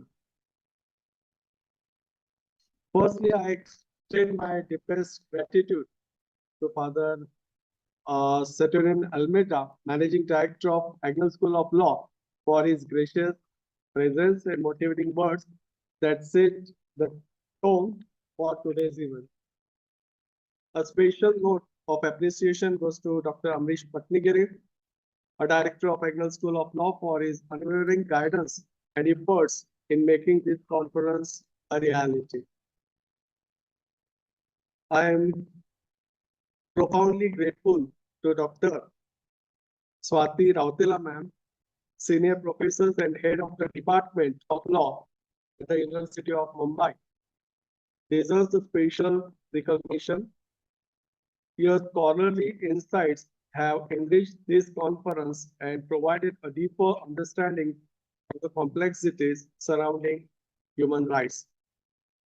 The theme of this year, 2024, of human rights is our rights, our future, and right now. I extend my heartfelt gratitude to Praveen Rani, a Deputy Mayor of the Hertfordshire, London, for gracing us with her presence and delivering a deeply inspiring message that resonates with participants globally. A special and warm thanks to Padma Shri, Dr. D.R. Karthikeyan sir, former Director of the CBI and former Director General of the National Human Rights Commission. So, your words, backed by years of distinguished service and commitment of justice, and have left an indelible impact on everyone present here. A special message received for you, sir, regarding your presence in today's conference. Dr. Karthikeyan is nothing but a symbol of honesty and integrity. So actually, the person is from International Advisor for Universities, and he gives me message, keeps it up. Congratulations, having Dr. D.R. Karthikeyan sir as a chief guest for human rights is a great achievement. It's a great honor for every person to be in his gracious presence itself. He is a great role model for the society and the students at large. And he gives best wishes to us all, best wishes to all, a symbol of honesty and integrity. Now it's a time to all participants, scholars, students who presented papers in the second session. I commend your research and dedications. Your contributions reflect the bright future of human rights advocacy. Last but not least, I thank our organizing committee, faculty members, technical staff, and student volunteers for their tireless efforts in ensuring the seamless execution of this conference. Actually, Deputy Mayor Parvindrani has said fundamental rights are like nation's promise to the people, while human rights are the world's promise to everyone. As we conclude, let us take forward the knowledge and inspirations gained today to make meaningful contributions to the cause of human rights.